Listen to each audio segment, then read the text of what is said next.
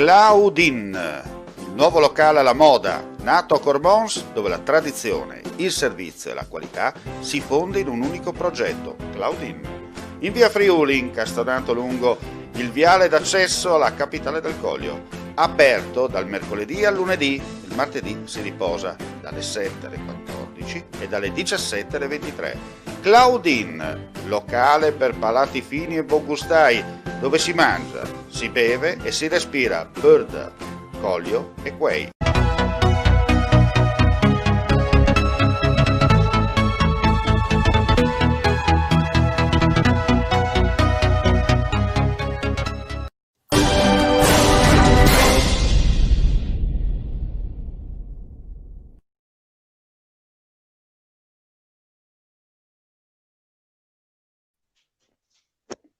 Gentili signore e signori, buon pomeriggio, linea diretta friulitv.net, come avevamo accennato nell'anteprima sulla nostra pagina sia Facebook che Twitter. Allora vedo già pronto Alberto Bergamin collegato dalla propria postazione mobile. Perché abbiamo Alberto Bergamin in collegamento? Semplicemente per capire da lui quello che è successo dopo il maltempo all'interno della Basilica di Aquileia. Allora Bergamini, io le passo subito la linea per sapere insomma le novità e le ultimissime dopo questa ondata di maltempo che ha danneggiato insomma delle cose molto importanti, no? Dei mosaici, della cripta e non solo all'interno della basilica. Quali sono le ultimissime? Beh, intanto buongiorno a tutti. Le ultimissime, diciamo che ieri mattina abbiamo avuto appunto questa sorpresa non piacevole di ritrovarci con quasi più di mezzo metro di acqua in cripta degli scavi, qualche centimetro in cripta degli affreschi, fenomeni mai visti prima. Ecco, in cripta degli affreschi assolutamente non c'è memoria storica di infiltrazioni dai pavimenti. Sta tornando, forse siamo di nuovo in diretta. Siamo di nuovo in diretta, scusa Alberto, ma come ti avevo già accennato in precedenza, abbiamo la linea internet che va e che viene. Probabilmente da queste parti siamo rimasti ancora col criceto al tempo di Marco e Caco, dunque mi scuso anche con i nostri telespettatori. Allora ti ripongo nuovamente, il bello della diretta è anche questo, un cambio di rete sempre, succede, è automatico da queste parti. Adesso da un paio di giorni che noi, quando è entrato il maltempo, stranamente la Slovenia a quest'ora arriva a pieno e noi di là non possiamo né andare né niente. Parliamo delle polemiche, torniamo alla nuda cronaca. Le ultimissime per quanto riguarda la Basilica.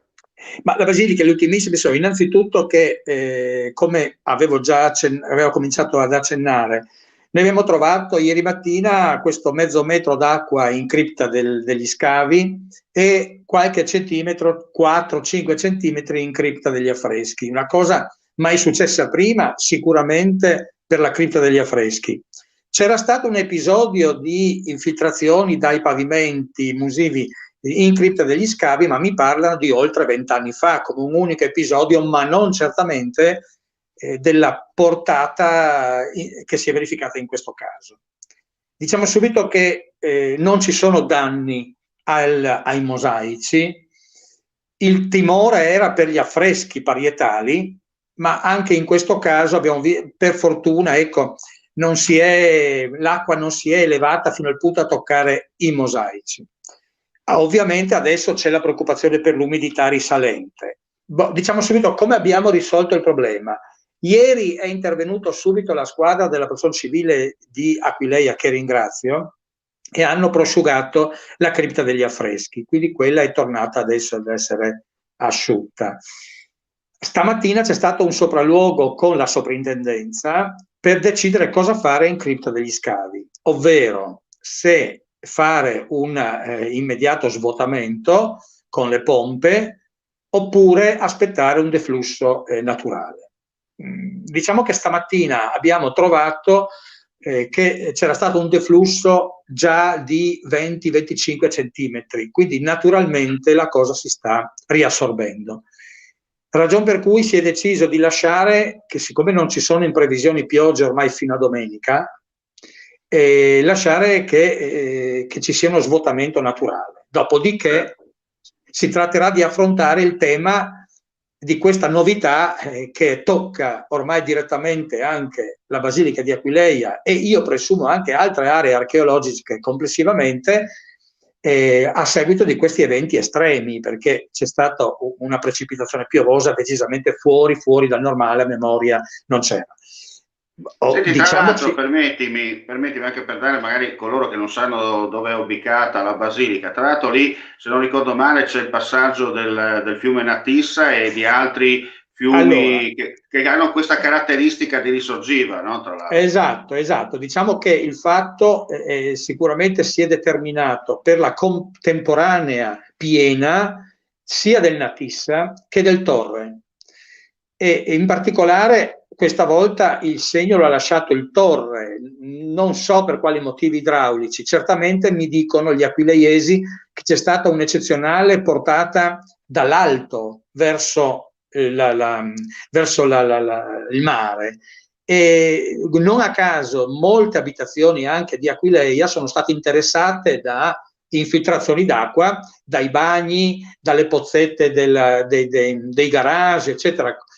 Le pompe hanno lavorato a pieno regime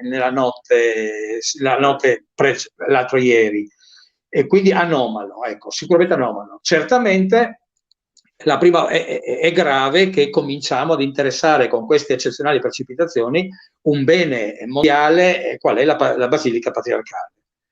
Quindi ieri mattina... In questo momento comunque la Basilica, giusto per i nostri amici che ci stanno seguendo, in questo momento la Basilica chiaramente è off limits per le visite. La Basilica è off limits causa Covid. È aperta, noi garantiamo un'apertura dalle 10 a mezzogiorno per la preghiera, chi vuole andare a pregare.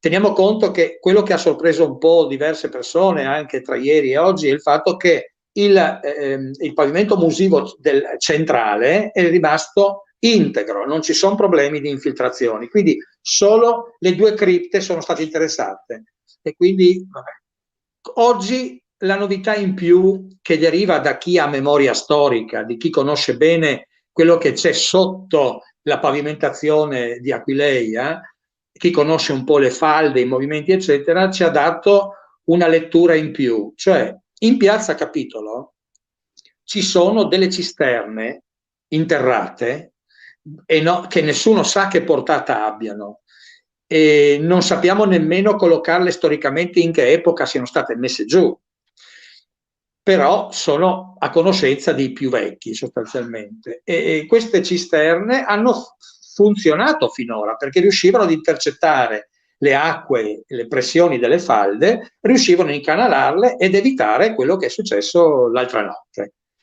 Certo.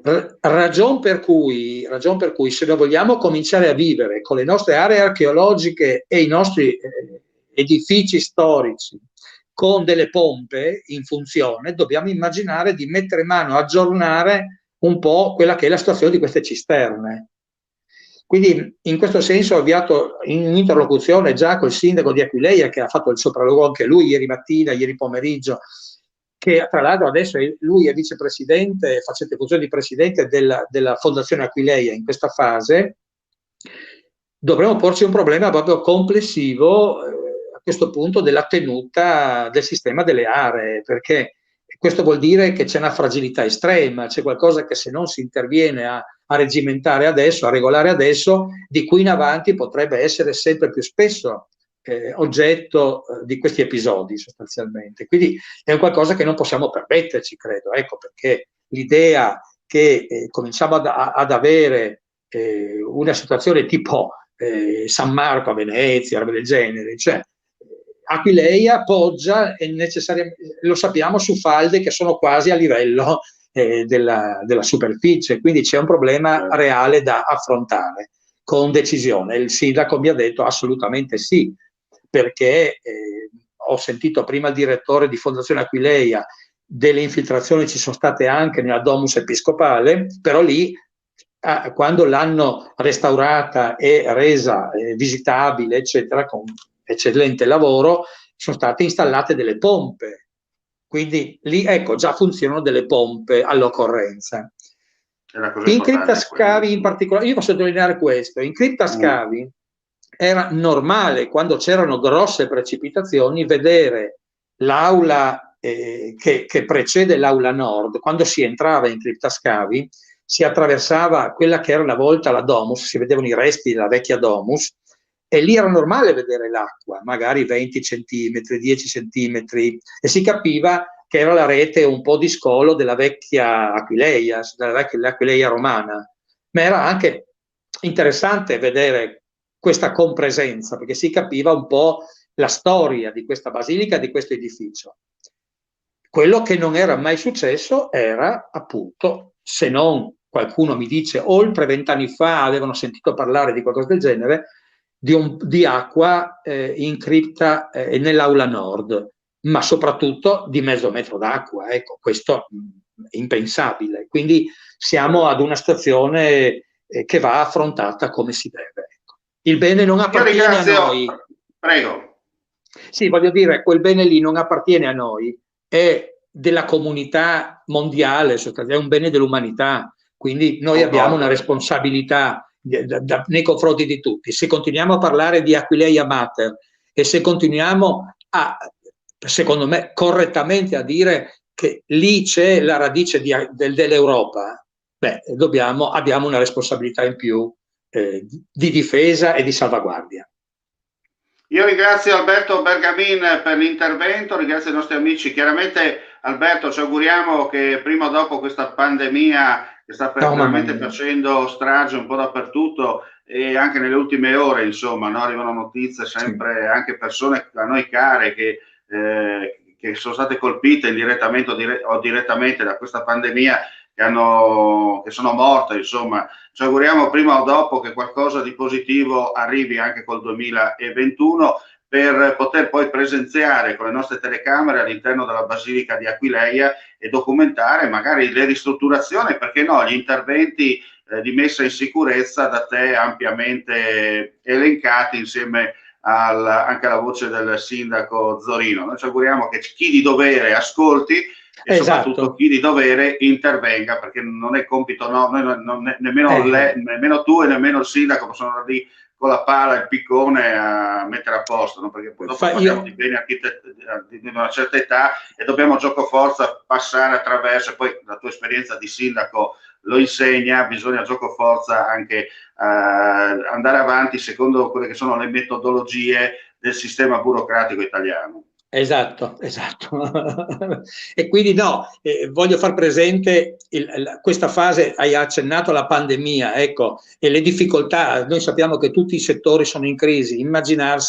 Lascio a voi immaginare la Basilica Patriarcale di proprietà della diocesi, ma noi in questo momento stiamo salvaguardando la custodia della Basilica con 18 persone a turnazione ridotta, no? Per l'amor di Dio. Adesso sono in cassa integrazione, c'è anche un problema sociale importante, economico e sociale, per cui certamente quando qualche anno fa l'arcivescovo mi ha chiesto di assumere la direzione della Basilica, io ho posto il tema di una realtà, la Fondazione Socoba, che deve avere delle risorse proprie per poter garantire conservazione e salvaguardia del bene.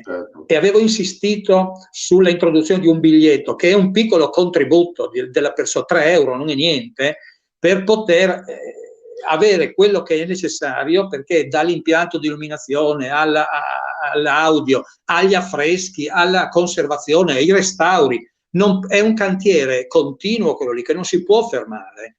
E quindi la pandemia è arrivata come una mazzata tremenda, per cui è chiaro che il mio appello, l'appello nostro è alle autorità competenti, perché se in questo momento ci sono settori che hanno la precedenza, perché vorrei che non si sottovalutasse le famiglie, tutto quello che ruota attorno ai beni culturali, che sono un patrimonio fondamentale. Poi l'Italia senza cultura cosa sarebbe? No? Senza i tesori che abbiamo. Quindi siamo a un momento ti dico, aggiungo e concludo con questo, che vorrebbe essere un grande augurio.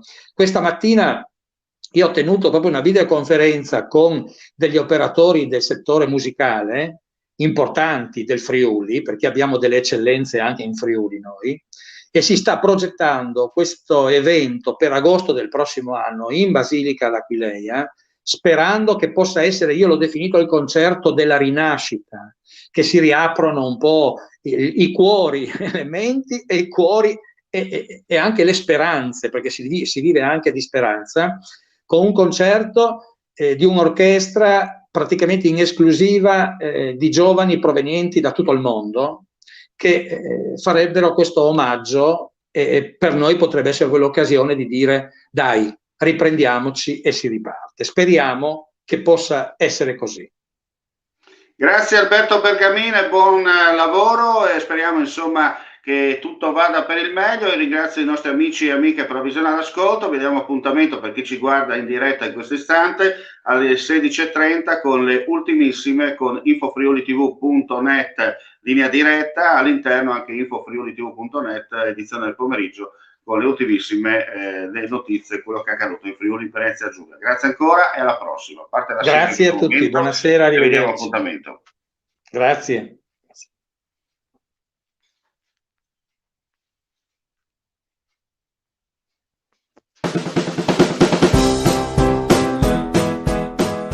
Claudin, il nuovo locale alla moda, nato a Cormons, dove la tradizione, il servizio e la qualità si fonde in un unico progetto, Claudin. In via Friuli, incastonato lungo il viale d'accesso alla capitale del Coglio. Aperto dal mercoledì al lunedì, il martedì si riposa dalle 7 alle 14 e dalle 17 alle 23.